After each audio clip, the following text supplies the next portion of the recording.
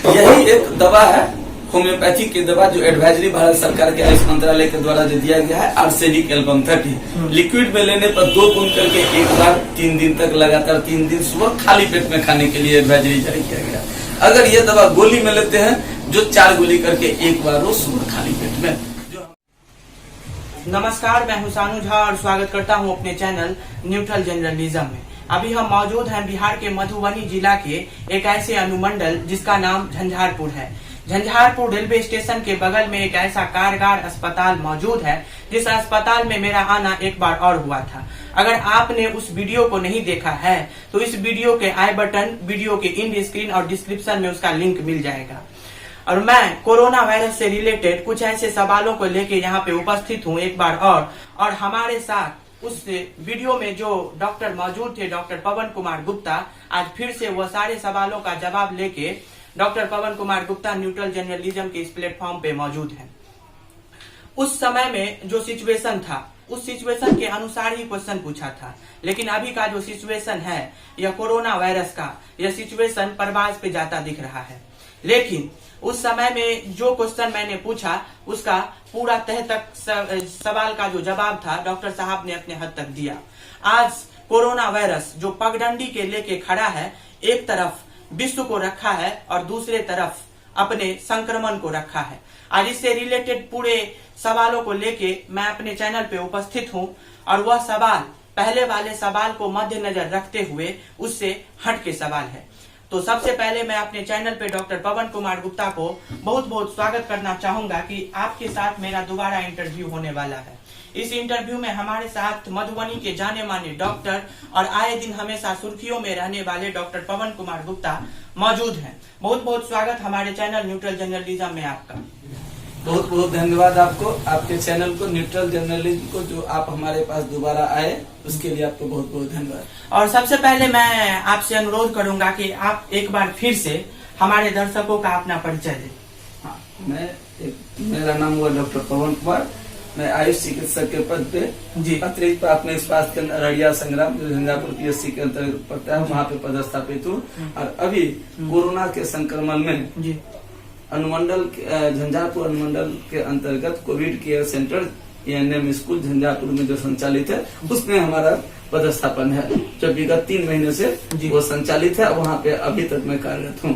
और सबसे पहले सवालों का जो सिलसिला है उसे शुरू करने से पहले मेरा आपसे, इसे आप सवाल न समझे, ये आप अपने अस्पताल के बारे में बताएं कि यहाँ के जितने भी गंतव्य आदमी हैं, अगर खुदा ना करे अगर उनको इस तरह का जो संक्रमण होता है, अब आपके अस्पताल में किस तरह का फैसिलिटी है, उस फैसिलिटी पे आपका क्या कहना है कि अगर संक्रमण वाला जो कोई परिवार आता है तो उस अस्पताल में कैसे वो जाए और वहाँ पे क्या सुविधा दी गई?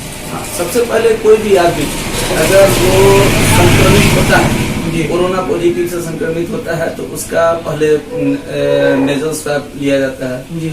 वहाँ पे सारे लोग को एक सारी सुविधा जो होना चाहिए एक जगह घर में रहने के साथ जो सुख सुविधा है वो सारा कुछ दिया जाता है। वहाँ पर पहले से वो जो से कोविड केयर जो बना है वो ANM का हॉस्टल है, उसमें बेड की सारी सुविधा पहले से है। तो नया चादर दिया जाता है, फिर बाल्टी हो गया, ग्लास हो गया, मग हो गया, थाली हो गया और सारा कुछ नया सारे तो वो सारी सुविधा वहाँ पे मौजूद है जो होना चाहिए। हाँ, जो चाय है, खाना है, 2 टाइम का खाना हो गया, 2 टाइम का चाय हो गया, दूध है, ब्रेड है, ये सारी चीज उन लोग को प्रोवाइड किया जाता है। सरकार की तरफ से ये मुफ्त सेवा दी जा रही है सारे लोगों को। तो उस अस्पताल में, वो झंझारपुर अनुमंडल अस्पताल है, हाँ। उस अस्पताल में सारी सुख सुविधा दी गई है मरीजों के लिए। और एक डॉक्टर साहब उस अस्पताल में अस्थायी डॉक्टर हैं और ये आयुष चिकित्सक हैं। आए दिन हमेशा प्रिंट मीडिया के माध्यम से इनके बारे में बहुत कुछ छपता रहता है और आयुष चिकित्सक के बारे में भी बहुत कुछ छपता रहता है। आप यहाँ के स्थानीय अखबारों से उस चीज का आकलन आप लोग कर सकते हैं। तो सवालों का सिलसिला मैं शुरू करता हूँ। सबसे पहले मेरा सवाल है कि आपके साथ जो मेरा इंटरव्यू हुआ था पहले, उस इंटरव्यू में उस समय का जो सिचुएशन था और अब का जो सिचुएशन है, इसको थोड़ा बारीकी से आप बताएं दर्शकों को। हाँ, पहले जो संक्रमण का जो दौर था, शुरुआती दौर जी, जब इंटरव्यू हुआ था, जब इंटरव्यू हुआ था उस समय हमारे बिहार में उतना संक्रमण का, पॉजिटिव के संक्रमण का नहीं था, बहुत कम था। खास करके मधुबनी डिस्ट्रिक्ट में एक भी कोरोना का पॉजिटिव पेशेंट नहीं पाया गया था जी। उस समय में। लेकिन अभी ये कोरोना से संक्रमित मरीज का संख्या 300 से आंकड़ा पार कर चुका है। जितने भी सरकार के द्वारा जो प्रवासी मजदूर जितने लोग हैं जो बाहर से आए हैं, उन लोगों में ये सारा संक्रमण पाया गया है। उन लोग को जितने लोग आए पहले क्वारंटाइन सेंटर में रहे, क्वारंटाइन सेंटर में रहने के बाद तब जिसमें थोड़ा सा भी लक्षण वगैरह सा हल्का फुल्का भी लक्षण, जो इसके मेन लक्षण है खांसी, बुखार, सांस लेने में तकलीफ, इस तरह का हल्का भी पाया गया थोड़ा सा भी, तो उन लोग का जांच किया गया। जो जांच नेजल स्वैब से जांच किया जाता है, वो सैंपलिंग के बाद जो पॉजिटिव लोग आए हैं, तो जो पाए गए हैं, उन लोग को कोविड केयर सेंटर में भर्ती कराया जाता है। तो अब धीरे धीरे संख्या धीरे धीरे बढ़ते जा रहा है पहले की अपेक्षा। दूसरा सवाल मेरा आपसे यह है कि संक्रमण का जो संख्या है वो ऊपर परवाज पे चढ़ते दिख रहा है, यह कम होने का नाम नहीं ले रहा है। सामान्य स्थिति में हम भी इफेक्टेड हो सकते हैं। अगर मेरा तापमान एक कई तरह का मशीन निकला है, जिससे तापमान अगर हम मेरा शरीर का अगर मापा जाता है, तो तापमान के शंका में रख करके भी मुझे कोरोना के कटघरे में घेर दिया जाता है और हम भी उससे इफेक्टेड हो सकते हैं। तो इस स्थिति में आपका क्या राय होगा कि सामान्य लोग भी सामान्य स्थिति में होने के बावजूद भी वो इफेक्टेड कोरोना संक्रमण से इफेक्टेड हो जाते हैं, पॉजिटिव हो जाते हैं? हाँ, बिना लक्षण, इससे पहले बोले हैं कि बिना लक्षण के भी बहुत सारे मरीज अभी आ रहे हैं। जितने लोग अभी खास करके मधुबनी डिस्ट्रिक्ट में आ रहे हैं, बिना लक्षण वाले कोरोना पॉजिटिव हो रहे हैं। उसका कारण ये है कि संक्रमण इजी वे में इसलिए हो जा रहे हैं कि वो बिना मास्क के निकल रहे हैं। जो बचाव होना चाहिए, जो प्रोटेक्शन होना चाहिए कि हैंड वॉश से हाथ धो करके, साबुन से हाथ धो करके खाना चाहिए, साबुन से हाथ धो करके कोई चीज छूना चाहिए, मास्क पहन करके ही घर से बाहर निकलना चाहिए, जो कि बहुत सारे लोग कर नहीं पा रहे। बाहर से आ रहे हैं लेकिन ढंग से उसका कर नहीं रहे, तो इजी वे में आसानी से एक दूसरे को कोरोना से संक्रमित कर दे रहे हैं। क्योंकि सांस वाला बीमारी है, सांस लेने से, सांस छोड़ने से 2 मीटर की दूरी तक अगर कोई बोलता है तो 2 मीटर की दूरी तक उसका फैलाव हो सकता है। ठीक है, इसीलिए 2 मीटर की दूरी को मेंटेन करना चाहिए सारे लोग को। ठीक है, इसी कारण से इजी वे में एक दूसरे से ये संक्रमण फैल रहा है। तो इसे हमें लापरवाही से नहीं लेना चाहिए, लापरवाही हमें नहीं बरतना चाहिए और 2 गज की जो दूरी है उसे डिस्टेंस मैनेज करके हमें चलना चाहिए, तभी हम इस बीमारी से कोसों दूर रह सकते हैं। सामान्य बीमारी नहीं है, इसे आप नजरअंदाज ना करें, इसे अपनी जो प्रोटेक्शन है उस प्रोटेक्ट वे में आप लोग चले। तीसरा सवाल मेरा आपसे यह है कि जब आपके हॉस्पिटल में कोई मरीज आता होगा या मरीजों का तांता वहाँ पे लगा हुआ है, तो मरीजों का जब वहाँ पे तांता लगा हुआ है तो आप लोगों को ये नहीं होता है कि हम लोग भी इफेक्टेड हो जाएंगे? अगर आप लोग इफेक्टेड भी हो जाते हैं तो आप और आपके जो सहकर्मी हैं, आपके जो स्वास्थ्य कर्मी हैं, आपके जो ANM है या सिविल सर्जन की ही बात कर लें तो सभी तो मनुष्य ही है, तो उन्हें भी कोरोना हो सकता है। तो क्या आप लोग भी टेस्टिंग करवाते हैं? हम लोग जितने स्वास्थ्य कर्मी है सारे लोग को ये निर्देश दिया गया हुआ है कि सारे लोग सोशल डिस्टेंसिंग का पालन करते हुए ही सारे पेशेंट को देखना है। तो जितने लोग हैं बाहर के, जितने कर्मचारी लोग हैं, सारे लोग को ये दिशा निर्देश दिया हुआ है कि टेस्टिंग कराएं। नहीं, टेस्टिंग नहीं, सोशल डिस्टेंस मेंटेन करते हुए ही एक एक करके पेशेंट को भेजा जाता है OPD के समय में, देखा भी जाता है। और सारे लोग स्वास्थ्य कर्मी लोग जितने हैं सारे लोग को ये इस तरह का मास्क अवेलेबल कराया गया हुआ है। ये पहन करके ही, मास्क ग्लव्स वगैरह लगा करके ही सारे लोग दिखते हैं, रहते हैं हमेशा ड्यूटी में। इसीलिए जितने स्वास्थ्य कर्मी हैं, जितने चिकित्सक हैं, उन लोग को संक्रमण होने की संभावना बहुत कम से कम है। हम भी जब ड्यूटी आवर में रहते हैं तो अच्छे से पूरा मेंटेन करके रहते हैं। इसलिए हम लोग को जितने अभी तक जितने स्वास्थ्य कर्मी मधुबनी डिस्ट्रिक्ट में, उन लोग का टेस्टिंग बहुत कम, नगण्य के बराबर हुआ है। और कोई भी स्वास्थ्य कर्मी, चिकित्सक अभी तक कोरोना पॉजिटिव नहीं पाए गए। तो ये इनका एक यही कहना है कि ये सभी सोशल डिस्टेंसिंग और जो कोरोना के नियम है उनको पालन करते जा रहे हैं और इससे संक्रमण इनमें ना फैलने की स्थिति है, न्यून है। चौथा सवाल आपसे मेरा यह है कि तापमान वाला जितना मशीन निकला है, सबके घेरे में लोगों को रख दिया जाता है कि तुम भी कोरोना पॉजिटिव हो, तुम भी कोरोना निगेटिव हो। वैसे कोरोना का वैक्सीन तो नहीं निकला है और इसे थोड़ा सा इसकी स्थिति को थोड़ा सा डाउन करने के लिए कई ऐसे उपचार के साथ साथ दवाई भी निकला हुआ है। लेकिन टेस्टिंग जो मशीन निकला है तापमान के अनुसार, वो तापमान के अनुसार अगर कोई भी व्यक्ति का तापमान अगर कम हो जाता है या ऊपर हो जाता है तो कोरोना संक्रमण के निगाह में उसको घेर दिया जाता है। इसको आप कहाँ तक सही समझते हैं? देखिए, कई तरह का वो जो टेम्परेचर मशीन जिसको थर्मल स्कैनर कहा जाता है, तो अभी कोई भी कोरोना पॉजिटिव पेशेंट को सस्पेक्टेड कोरोना, डायरेक्ट हम कोरोना पॉजिटिव नहीं कर सकते, उसको सस्पेक्टेड कोरोना कर सकते हैं। उसके लिए थर्मल स्कैनर, उस मशीन को थर्मल स्कैनर से जांच किया जाता है। तो जो हेड के पास लगा करके देखा जाता है उसका बॉडी टेम्परेचर कितना है। तो नॉर्मल रूप से जितने भी लोगों को लगाया जाता है उसमें स्क्रीन में जो ग्रीन कलर का जलता है, तो ग्रीन कलर का जलता है तो उसको हम नॉर्मल करते हैं कि नॉर्मल है, उसमें सस्पेक्टेड नहीं है। जब टेस्टिंग किया जाता है टेस्टिंग नॉर्मल टेम्परेचर जो ग्रीन होता है वो नॉर्मल होता है।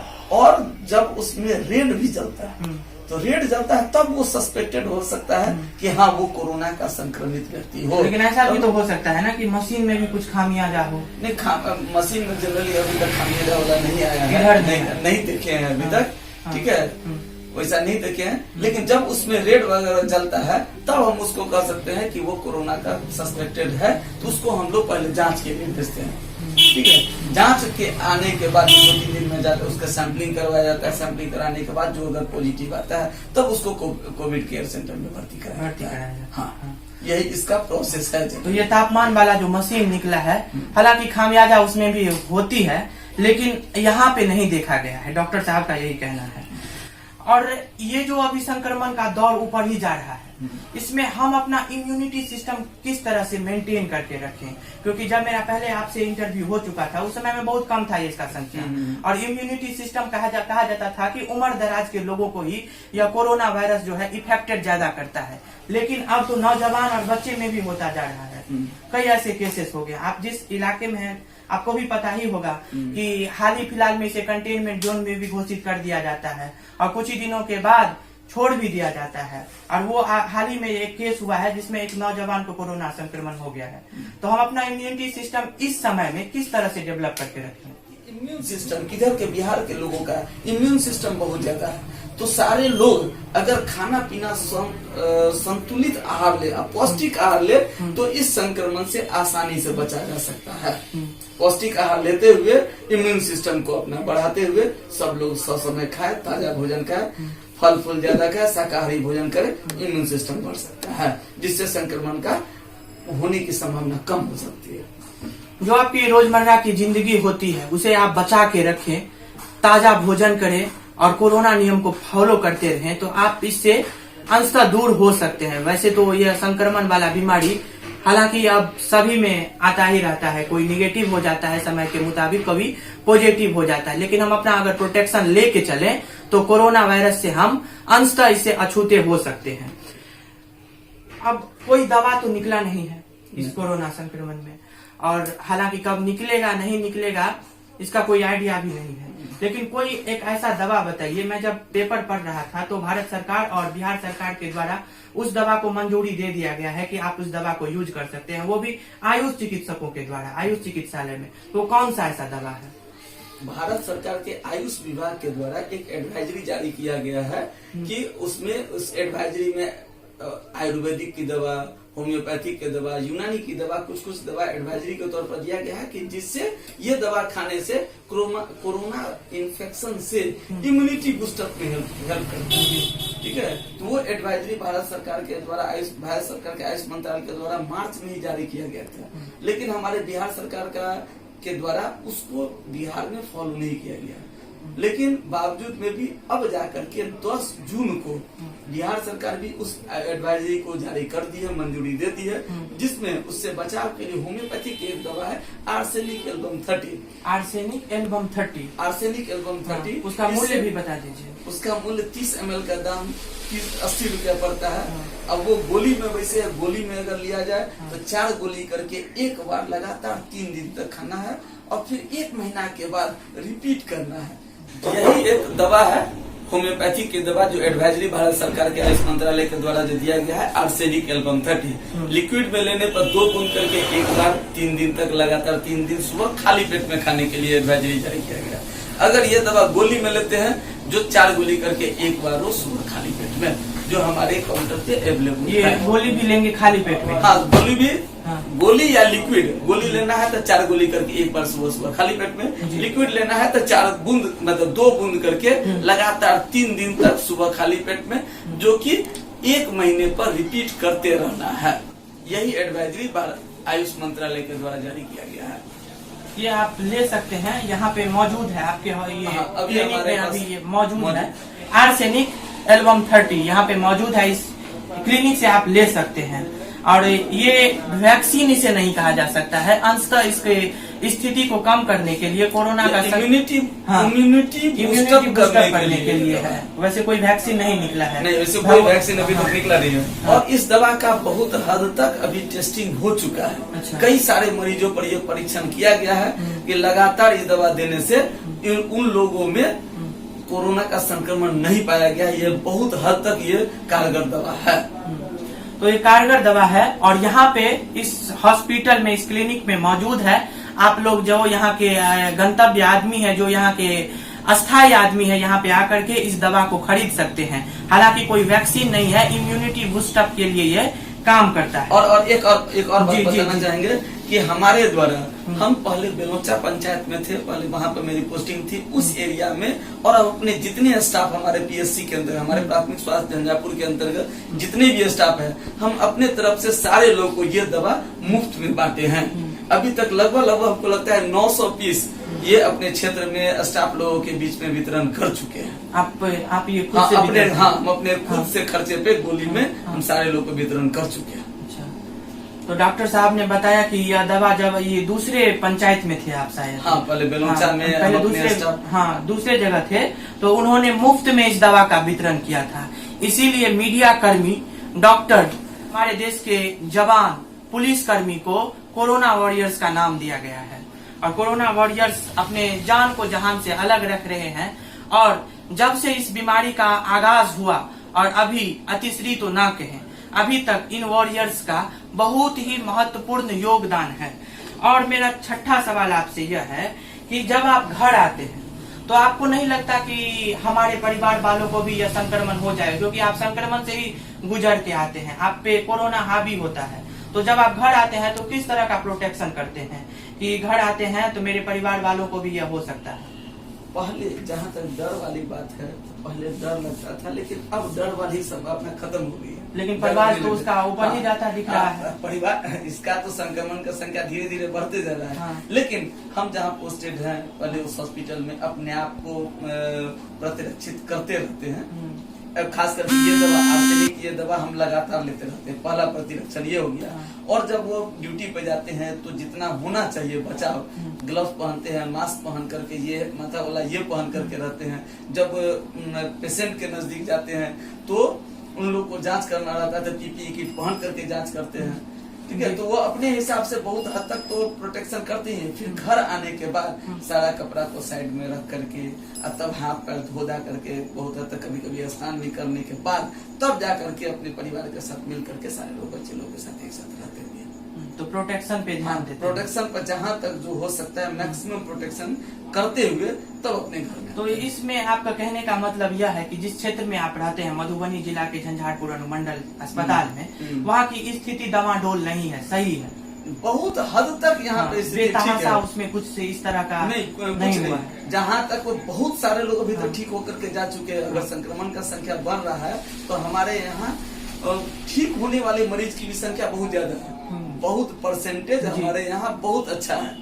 कई जगह पे डॉक्टर साहब मैंने देखा, जब मैं रिसर्च कर रहा था आपके इंटरव्यू लेने से पहले, तो जब मैं रिसर्च कर रहा था तो मैं देखा कि कई जगहों पे डॉक्टर की स्थिति बदहाल हो गई है। वहाँ पे डॉक्टरों को पैसा नहीं दिया जाता है, जो उसकी मनमाफी जो सैलरी थी उसमें कटौती कर दिया। और कटौती भी कर देने के बाद वहाँ पे पैसे का जो उनको पैसा देना चाहिए, मनमाफी पैसा भी नहीं मिलता है। अगर कटौती भी कर दिया गया है तो पैसा उतना उन लोगों को नहीं मिलता है। और बहुत सारे प्रताड़ना के झेलने के बाद अब दिल्ली के जितने भी डॉक्टर हैं वो रोड पे आ गए हैं। और क्या आप लोगों को भी इस तरह का आलम झेलना पड़ रहा है? आप लोगों के भी सैलरी में कुछ इस तरह का घपलाबाजी हुआ है, या घपलाबाजी ना कहें इसे तो सरकार के द्वारा आप लोगों के सैलरी में कम किया गया है क्या? हम लोग को 32,290 मिल रहा था, तो 44 के और 32,290 का जो अंतर राशि है वो 1.5 साल के बाद हम लोग को मार्च 2020 तक मिला। उसके बाद अप्रैल 2020 माह से फिर पुराने दर से मिलना चालू हो गया। पुराने दर से जो पहले था 32,290 ही मिलना चालू हो गया। जिस कारण से हम सारे मधुबनी डिस्ट्रिक्ट के सारे आयुष चिकित्सक हम लोग एक तरह से सिविल सर्जन को लिखित में दिए कि हम लोग को पुराने दर पर वेतन नहीं चाहिए, नहीं तो हम लोग होम क्वारंटाइन में जाएंगे।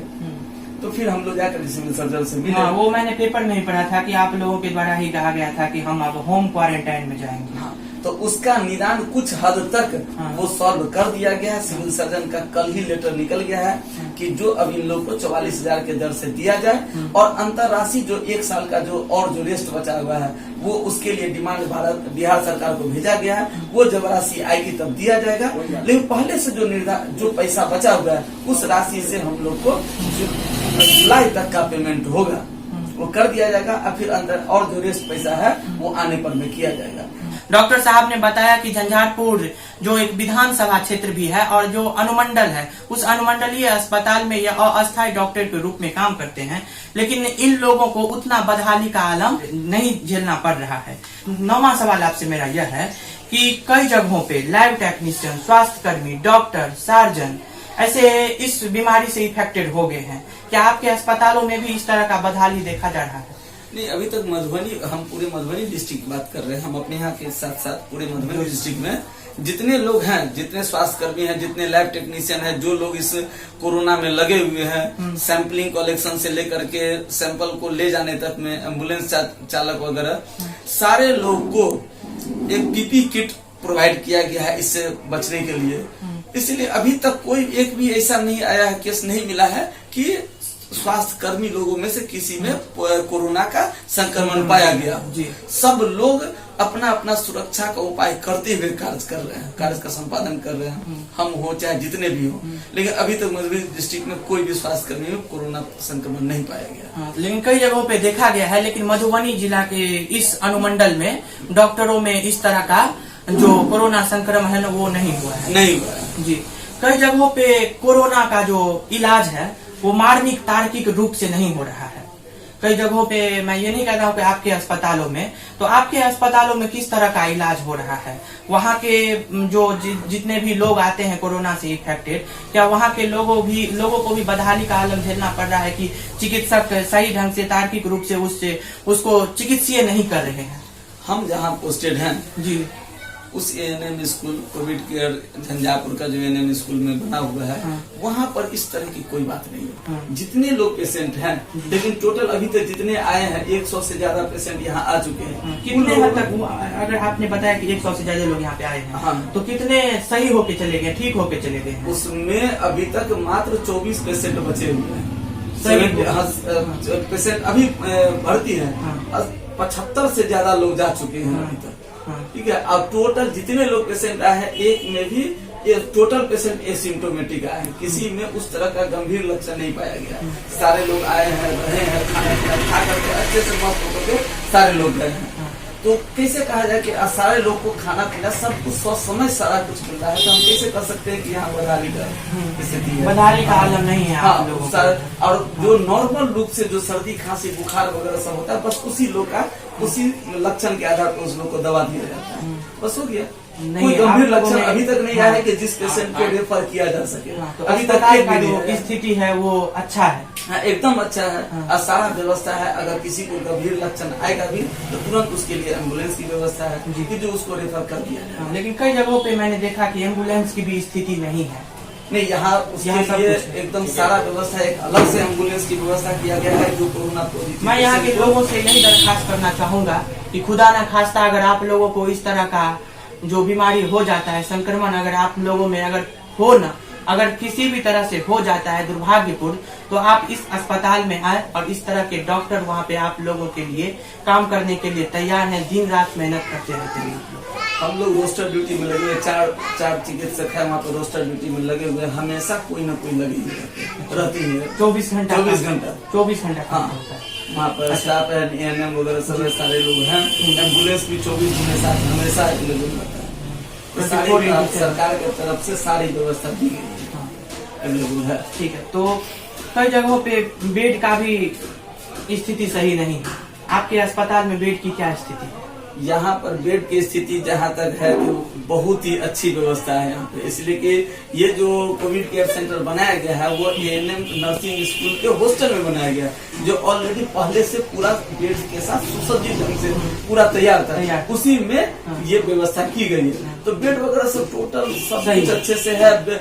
जितने नए लोग भर्ती होते हैं उन लोग को नया नया बेड दिया जाता है, सारा व्यवस्था सुसज्जित ढंग से दिया जाता है। तो इसमें ये कहना तार्किक नहीं है कि यहाँ सुविधा नहीं है। ये एक मैं आपसे प्रश्न पूछ रहा हूँ, ये कोई तार्किक प्रश्न नहीं है, इसे आप कहे तो वाहियात भी कह सकते हैं। कहने का मतलब यह है कि कई लोग, मैंने उस इंटरव्यू में भी बताया था कि लोग अफवाह में घिर करके वहाँ पे पहले मांसाहार को ही त्याग दिए थे, मुर्गा मछली इस सब को त्याग दिए थे, लेकिन अब जो आलम चला है उसमें कई लोग जो है वो कोरोना देवी, कोरोना बाबा के संपर्क में आ रहे हैं। कई लोग क्या करते हैं, कोरोना बाबा, मैं थोड़ा सा यहाँ पे टाइम लेना चाहूंगा कि कई लोग क्या किए थे, कोरोना बाबा को, अब दिल्ली में ही कोरोना बाबा को पकड़ करके ले गया था, और जब पत्रकारों से उनसे सवाल पूछा गया कि जब आप लोग कोरोना का इलाज कर देते हैं, 4 बूंद पानी दे करके कोरोना का इलाज आप लोग कर देते हैं, तो अभी जो आप लोग संक्रमित हो गए हैं तो 4 बूंद पानी पी के आप भी कोरोना से तो ठीक हो जाए। और कोरोना, जहाँ तक कोरोना मैया की बात हुई तो लोग क्या करते हैं, ये ग्रामीण इलाका का बात है, ग्रामीण ही नहीं कहीं पूरे भारत का ही बात है, मध्य प्रदेश तक इसको देखा गया है। लोग क्या करते हैं, स्टारडम और बढ़ाने के लिए टिकटॉक पे वीडियो शेयर करते हैं और भोग लगाते रहते हैं, चूड़ा दही और कुछ तरह के मिष्ठान को लेकर के उसे नदी के किनारे चले जाते हैं और उसे कोरोना देवी के रूप में उसे क्या करते हैं, चढ़ा देते हैं। और जब टिकटॉक पे फेम पाना होता है तो गो कोरोना गो का नारा भी लगाने लगते हैं। तो ये कहाँ तक हम समझे, जब आप लोग इतनी अच्छी तरह से पहल इस पे कर रहे हैं, अंततः यहाँ तक का यहाँ पे कोई वैक्सीन भी नहीं निकला है और लोग यही बाबा और मैया के संपर्क में जाते रहते हैं। बहुत ही वाहियात ये बात है। देखिए, हमारा देश जो है वो देवी देवता को ज्यादा मानता है जी। प्रत्येक बात में देवी देवता से ही कहने लगता है कि नहीं, हम इस बीमारी से ग्रसित हो गए, मैया ठीक कर देगी, बाबा ठीक कर देंगे, इस तरह से। तो ये अंधविश्वास को हमारे देश से हटाया नहीं जा सकता है, ठीक है। आपका क्या राय? लेकिन है कि इस तरह की कोई बात नहीं है, कोरोना देवी मैया कोई बात नहीं है। अगर किसी को इस तरह का लक्षण लगता है कि जो कि सांस लेने में तकलीफ हो, खांसी हो, बुखार हो, इस तरह का लक्षण अगर होता है तो तुरंत वो हॉस्पिटल आवे, वो अपना इलाज कराए। पहले उनका और यहाँ पे मैं थोड़ा पहले उनका जांच हो, अगर पॉजिटिव आ जाता है तो सरकार के द्वारा अच्छी सुविधा दी गई है, उसमें वहाँ रहते हुए जो 10 दिन का समय निर्धारित किया उसमें रहते हुए वो निगेटिव सोशल डिस्टेंसिंग का भी वहाँ पे धज्जियां उड़ाया जाता है। प्रधानमंत्री लगातार कहते रहते हैं, हमारे देश के प्रधानमंत्री, हमारे राज्य के मुख्यमंत्री हमेशा कहते रहते हैं सोशल डिस्टेंसिंग को मायने में लेकर के चलिए, उसको एक दूरी मेंटेन करके चलिए। लेकिन जो वाहियात ये बात है उसमें लोग घिर करके उम्र दराज के लोग ही ऐसा काम कर रहे हैं।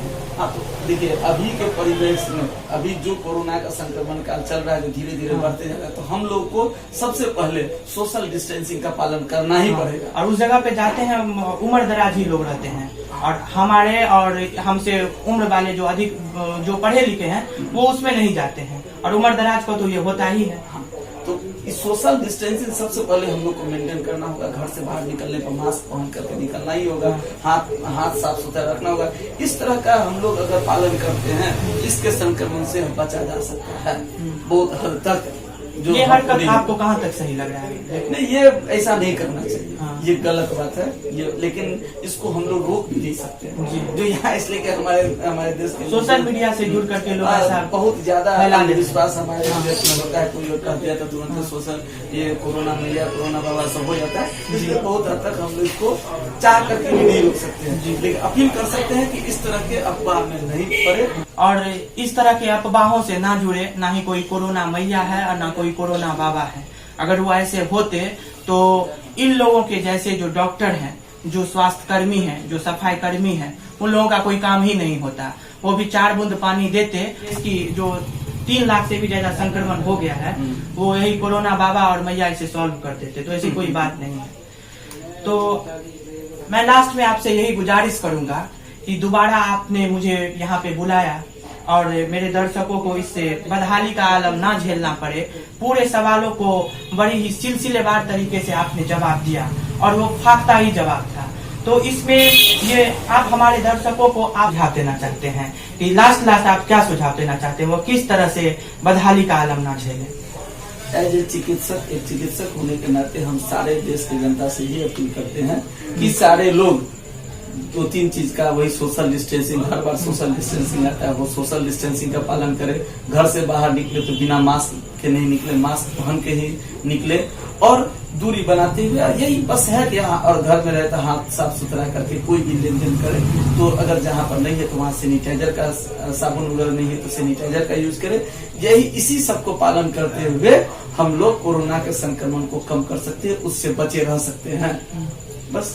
बस यही बात थी और मैं दोबारा इनके पास आया और आप लोगों का जितना भी सवाल था मैं अपने हद तक अपने दर्शकों को उन सारे सवालों का जवाब डॉक्टर साहब से लेना चाहा और डॉक्टर साहब भी तार्किक सवालों का जवाब भी दिए। मैं डॉक्टर साहब को बहुत ही शुक्रिया अदा करता हूं कि दोबारा आपने मुझे बुलाया यहाँ पे और हमारे दर्शकों के बीच आपने अच्छी तरह से सब कुछ रखा। आप दोबारा हमको इसके लिए मौका दिया, आपको, आपके पूरे जनरल को बहुत बहुत धन्यवाद। तो मैं लास्ट में यही कहना चाहूंगा कि अपने जो देश के अभी जो जवान शहीद हुए हैं और बिहार के लाल सुशांत सिंह राजपूत जो इस तरह दुनिया को छोड़ के चले गए हैं, मैं दोनों जो देश के गौरव थे, जो एक तबका जो बॉलीवुड का था और एक तबका जो देश के सैनिक हैं, उन सभी के शहादत को कहीं भूला नहीं जाएगा और मैं अपने वाणी से उन सभी को शहादत को नमन करता हूं और मैं डॉक्टर पवन कुमार गुप्ता को बहुत बहुत धन्यवाद देता हूं।